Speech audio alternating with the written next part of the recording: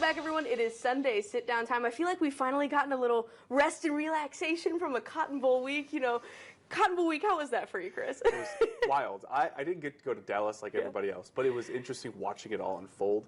Like the game itself, obviously the game, massive, but also the celebration unfolding after that.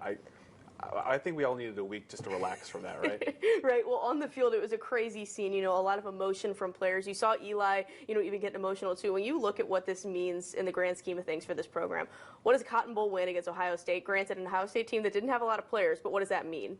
I mean, you could put it that way. You could say, hey, they lost a lot of guys. They didn't have Marvin Harrison Jr., but at the end of the day, that's an unfair way to just kind of take away from this win. I mean, it was such a big win. I mean, we're talking about one of the best in program history, in my opinion. I know people will be like, well, you haven't covered Mizzou for that long. Well, when you beat number 7, no matter what happens, that's still a marquee win. It's the best win at the Drinkwitz era. We feel like we've gotten that so many times this year, from Kansas State to Tennessee and to Ohio State. It's the best wins of the Drinkwitz era, all stacked in one season. Like, that's just how big this year was. It's how important it was for recruiting, and also to show the kids that did pledge before the season, like, hey, like, this is a process. You trust the process. This is what's going to happen. And with guys like Williams, Don coming in, I mean, how exciting is that, where you get one of the best defensive players in the nation at a high school level to come compete with you next year out of a position where you're missing a lot of guys. But right now, I mean, it's part of the process. We talked about this a little bit beforehand about like trusting the process and everything. But like as you start to see it go up,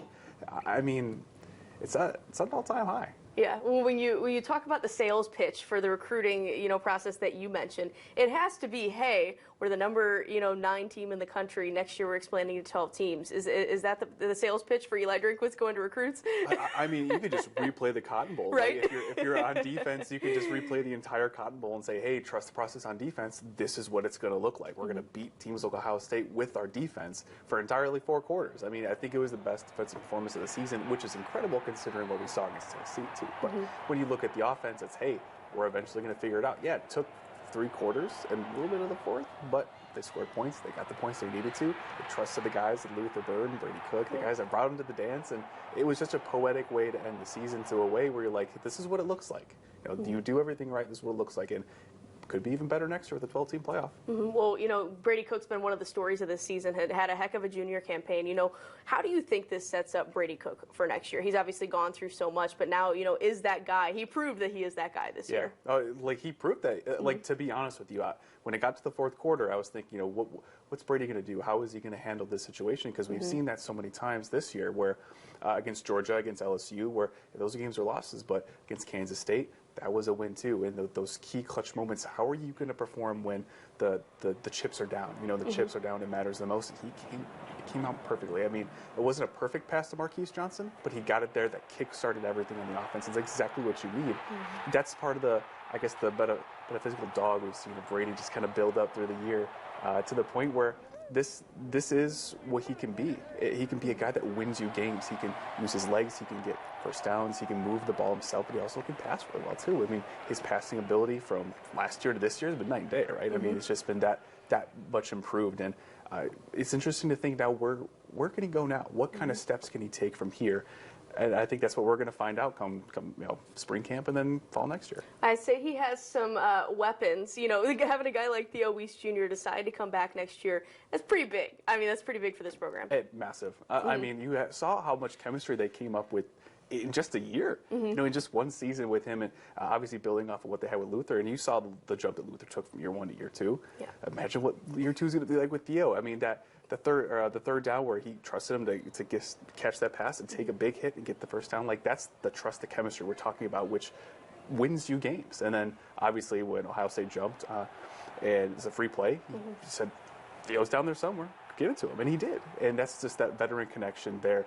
Theo also being just a savvy receiver to know what's going on, to know how to get the ball, how to win games. Yeah, defensively, I feel like you have a lot of departures, obviously, for the NFL draft, all of those very expected. What holes do they need to fill defensively? I think a Darius Robinson-sized hole, a Dennis Rakestraw-sized hole, a KD-sized hole, so they have a lot of them to fill, it seems like. Yeah, a D-Rob-sized hole, that's a big massive dude. One. That's a massive dude.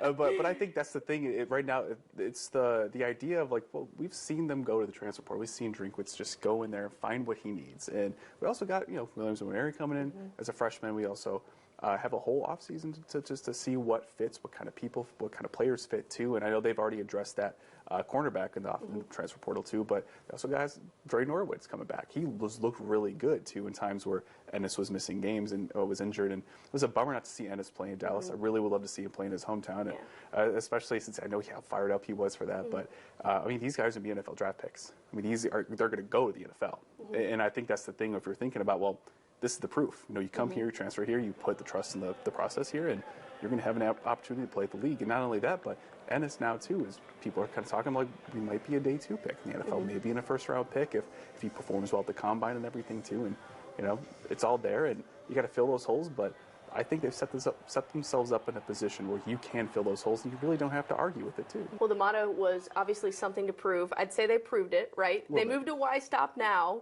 What's the next step, do you think? They're saying why stop now. What is the next step do you think this program needs to take? I mean, the next step is do it again. You know, run it back. And they put themselves in a position to run it back with all the guys that are coming back, all the returning players, the returning coaches. And Luther Burden, too, could take a step second to a Heisman finalist. You never know what that's going to look like. But I think it's, you know, something to prove. Why stop now to run it back? Why not? Well, I'd say it was pretty good, you know, 2023 football season, right? All right? I mean, New Year's resolutions, I mean, from last year, something to prove, it worked out pretty well. So whatever Drake's cooking up this time for New Year's resolutions, I'd like to hear what it is. I'm waiting for spring camp. We got to find out what the new motto is, man. Well, I appreciate you making some time to put a bow on the season with us. My pleasure. Awesome. For the rest of you guys, we'll be right back after the break.